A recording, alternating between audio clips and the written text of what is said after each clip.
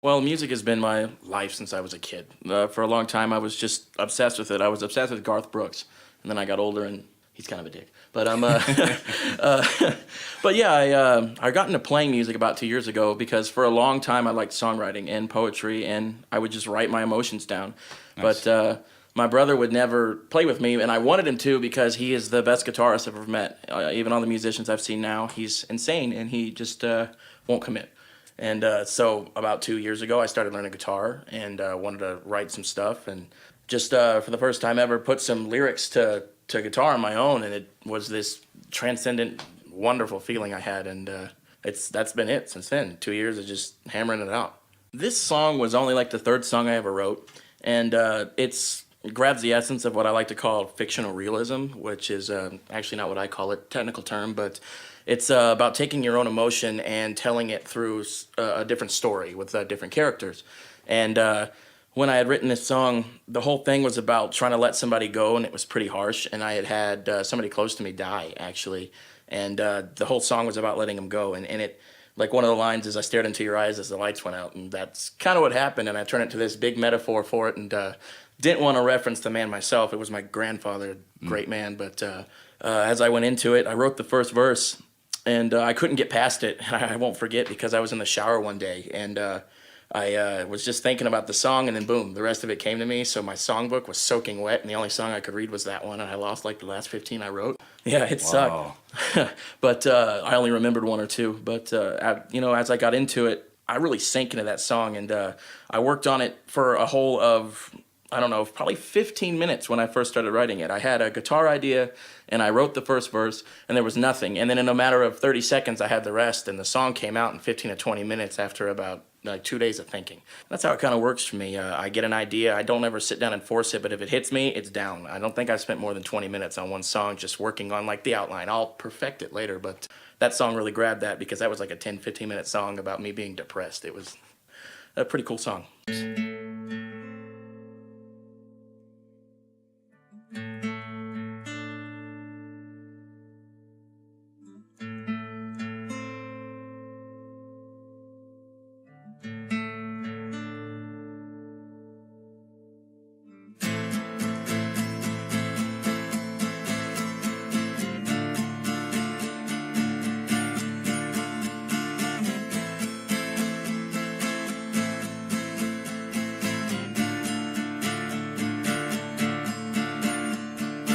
Every time I heard the world cry out, every time I heard them all scream out, somebody save me, somebody save me.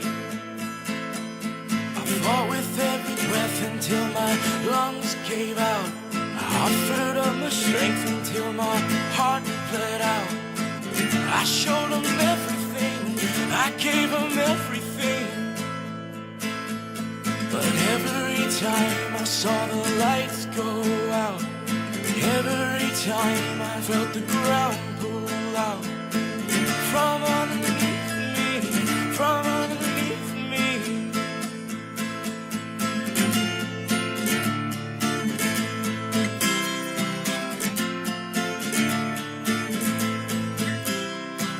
And it would all fade away if I couldn't find a way.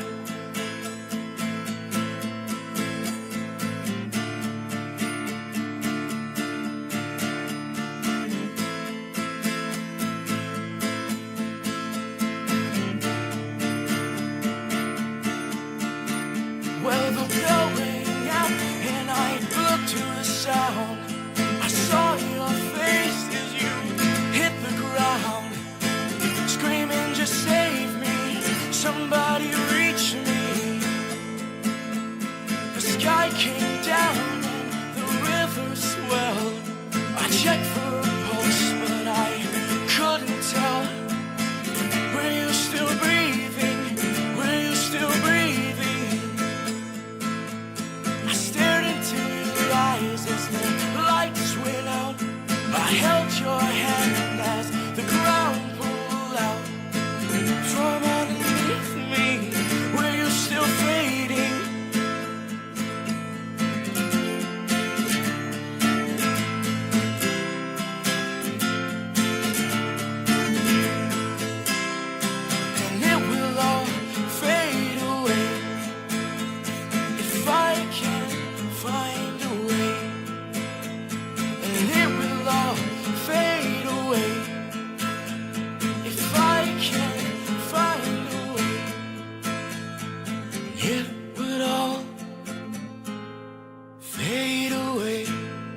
Yeah, I had written some songs with a friend of mine back in the day, and we wanted to do music together, and we come up with this name, "In Much of Madness." It actually came from my brother. Really, is the one who gave me the idea for the name. We since we were kids, we both really liked poetry, and I liked the dark side, and I was obsessed with Edgar Allan Poe. I would read tons of it, and I was just like seeing a guy who was relatively dark on the inside, but still functioned in society.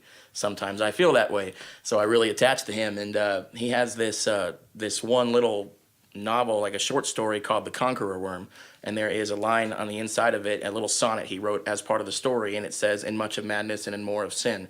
And I'd seen that, and I loved it, and we had talked about it for a long time, and forever I wanted to call my band Sons of Z because I was obsessed with Dragon Ball Z growing up, but it Okay. just didn't feel right. And my brother gave me crap for it, and he's like, "Why don't you just pick some Edgar Allan Poe?" And he threw The Conqueror Worm at me, and I actually read it for the first time. It was one of the few I hadn't read, and I saw that, and that was it. Clicked. And I'd had it for the band, my idea, and if the band expanded, it was a good name. It wouldn't just be a moniker for one man. But then my buddy ended up flaking out and left town, and then I just kept it. I really liked it. I like Edgar Allan Poe. And then what really synced it for me, like to keep it, was I got online and I was just selfishly Googling myself. I typed in James Rice and nothing came up except for this weird white dentist who lived in Tennessee. And he was this big fat guy. And I was like, no. But so I decided, let's keep that moniker. And it's really worked well because it's got that dark side to it. And once you know the backstory, and that's how my music is. A happy, upbeat guy in life, and then my music tends to come out really, really dark, and that's about it. Yeah, "Cast It Away" was the first song that I ever wrote.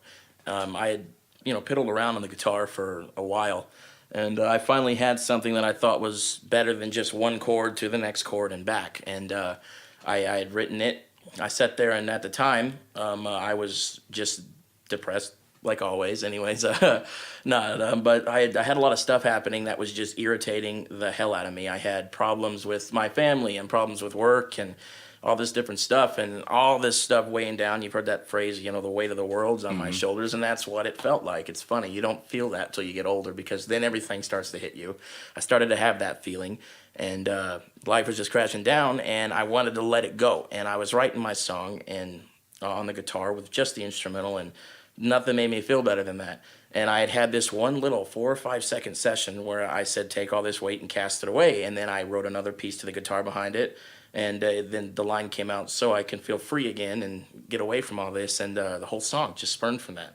And in it, at the time, I was having real trouble with who I was and whether or not what I wanted to do was good enough, because I wanted to go in music. I dropped out of college. I finished high school fast, got my GED, was going to go to college, and then got in and then just hated it. And so I quit. And then I realized that means no money for me. And all the different life problems started hitting. And I just didn't feel secure in who I was. And there's a line in that song that I was referencing that exactly. It said, "The fear fed the flames, and the flames burned my name until there was nothing left but emptiness." And when that line came out, it was just like, man, you're depressed, man. I was like, you need to make this song happier. And the whole song became "Cast It Away." Get rid of that feeling. Second verse is "I'll light the flames and take back my name" is the first part of it. And it was taking power of myself and my music. And it was the first song that really came out well and captured what I did. And it's strange because that's my one really upbeat song. And it was the first one I ever wrote. And my whole motto after that was be happier. Then everything else was depressed after that. But it's just releasing that feeling in the music is what's fantastic, and that song really represents that, and that's where it comes from.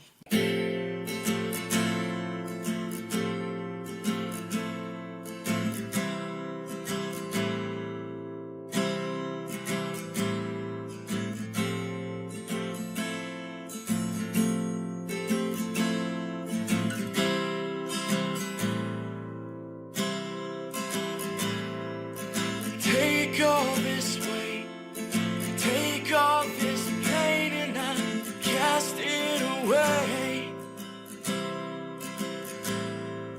so I can see, so I can breathe clearly again. That fear fed the flame, the flames burned my name, there was nothing left but emptiness, and a longing to become completely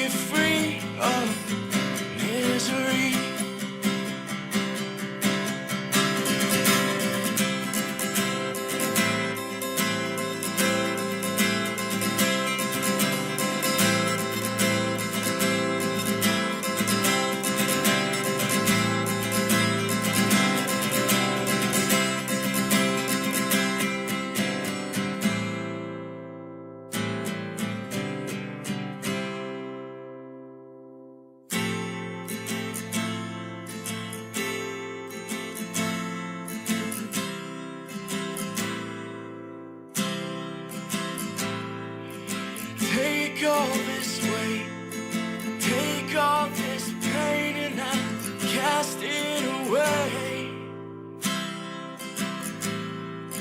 so I can see, so I can breathe clearly again.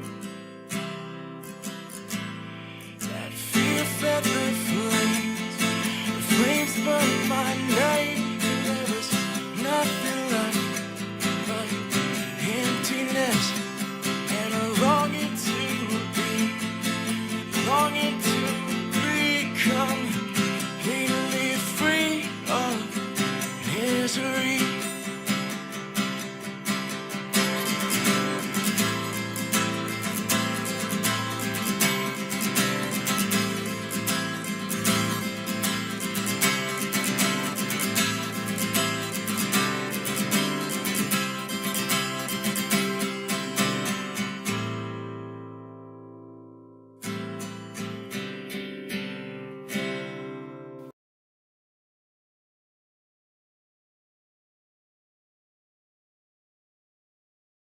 First off, I love Scott.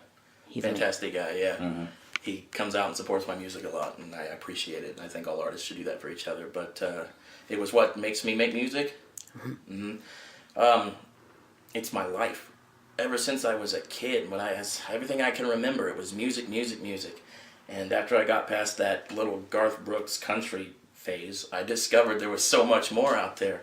And just listening to it gave me this feeling like everything was okay and I wasn't alone. And then there'd be songs where I was mad. I could listen to some other guy that was mad.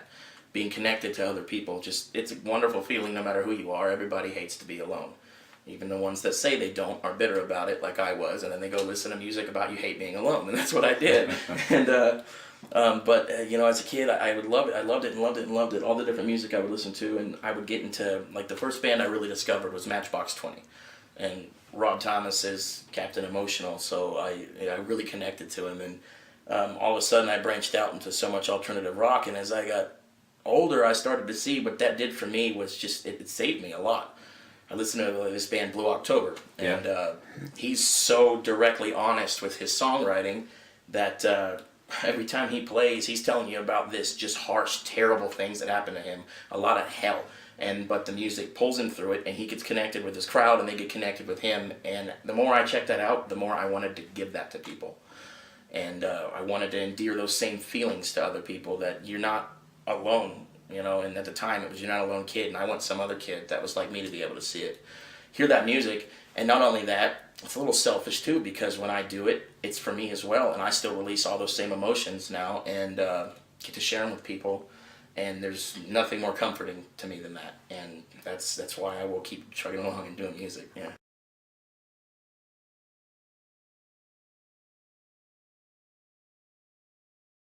It would be Gohan, the guy right there on the back. Yeah, I love Gohan. As a kid, I grew up, and there's a lot of little coincidences that made me like him at first. Like, my last name's Rice. Gohan, translated in Japanese, is the word rice. And so when I was about 14 or 15, I had some friends who were really into Dragon Ball Z. And all of a sudden they all started calling me Gohan, and I didn't get it. Because they would just say, you eat like a Saiyan. I didn't know what that meant. But if you know the show, and if you don't, there's characters in it called Saiyans, and when they eat like plate upon plate, 30, 40, 60 at a time.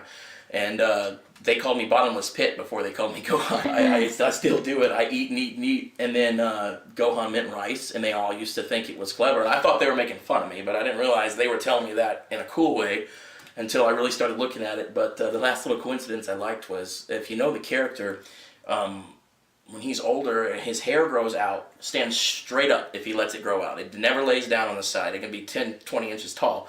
But this one big lock falls forward in front of his head. And if I ever let my hair grow more than 4 inches, it doesn't poof like an afro, it doesn't lay down, it stands straight up, and then one piece falls forward on my head. Yeah, so they call me Gohan, and then I finally checked out the show, and then just, this guy's kicking ass. It's awesome. There's nothing cooler, because they can't create it with live effects or anything. Right. You see these two dudes who just pure blood hatred hate each other for some reason or another. One guy's fighting for justice, one guy just wants to kill everybody. It's perfect, and But what got me really endeared to Gohan after that was just everybody called me that, and like through high school I had tons of people who knew me as Gohan. They didn't even know my first name. And when when I started watching the show, I really liked his character because I felt connected to it. He was a guy that didn't like to take crap, but he also didn't like to fight, which is a kind of a difficult combo to have. And I would do the same thing. Somebody would be in my face, and I'd be like, you know what, you need to back off before I slap you, but I would never slap him if I didn't have to. You start watching that show more and more, and you see his character develop from like a child's age up. And he had to live through tons of stuff. He sees his father die when he's a kid. He's left alone with his mom. If you know the show, his dad comes back and then his dad dies again. So he has to live with it twice. But all this death around him, and he manages to stay positive. And he manages to stay strong, and not just for himself, so he can protect other people.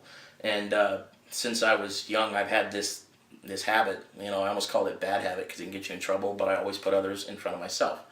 And just so much can happen to you when you do that. You make sure everybody else avoids pain, and then you take it instead. And it really influenced me. And then watching that character grow and keep growing and growing and growing until he was an adult. And then he gets this fine-ass girlfriend, and I was envious of him. And it was like my life goal to find a girl like her. Yeah, until I found one, and then I did. Kicks your ass, you know, and then hugs you afterwards. It's pretty awesome. Nice. Yeah, but that's just, he had so much strength inside of him that he didn't want to let go, all this hidden potential, but at these times when it needed to come out, it came out. And it felt like that was something that I could do and that I should do, plus I was Rice, Gohan, and that's why I love the character. And that show, his character especially, watching it, falling in love with it. The other thing I do besides music is I teach martial arts. Okay. And I sink into martial arts. I either have a guitar or I'm punching something. That's pretty much what I do. And that shows what drove me to do it. And it helped me find my passion. And in the martial arts made me confident enough to be brave enough to do music on stage. And it all got connected. And it literally came from Dragon Ball Z.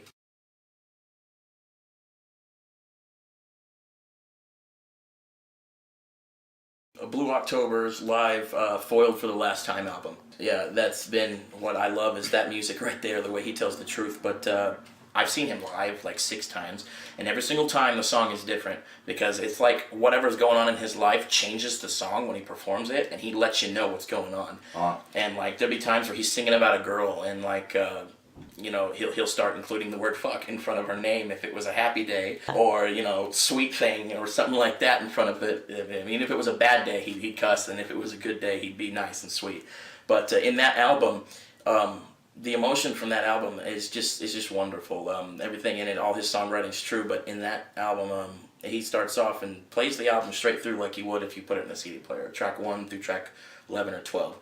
And then each song is sick. It is insane. He's in front of this huge crowd. It's one of the biggest crowds I've ever played in Houston, and he's got, you hear the fans getting involved, and they've got such a loyal cult following, and I love that when fans are that dedicated to a band. But like, he'll just stop singing, and then everybody will sing the lyrics for him, and then he'll come in and scream with them, and then they'll all start screaming. And one of my favorite lines that it, and he's in the middle of the song, he takes a break and he goes, "Tear the fucking roof down," and people just start screaming. But they're into the music that much. It's wonderful. And what I liked about it the most is I've heard live albums where they'll record one song in one venue and pick and choose which one was the best. Yeah, I hate it. This is a straight playthrough. They record it all live, so they can't make mistakes, and if they do, it's in there, and it feels like real music to me. Yeah, and oh, it's so awesome. And then several songs on it that are extended where he sings lyrics you've never heard before, and he uses them to hook the crowd. You know, because you come back and there's a song you never heard, but somebody said, "Oh, I heard there's a secret verse if you go watch it live." It's a smart tack because people will come to your show. Plus, they love you so much, they want to see it. And I've heard him change the lyrics to the same song to endear what's going on in his life, and he does it in that song. And, you know, he's screaming these parts that are just amazing and uplifting, and yeah, it's another one of those albums that just all these people are there because they felt similar to me, and that's why they get attached to that band. They had that alone feeling or whatever was going on in their life, and then everybody comes together, and that's what music should be about. People getting together and just letting go. And that album just captures it. It's sick.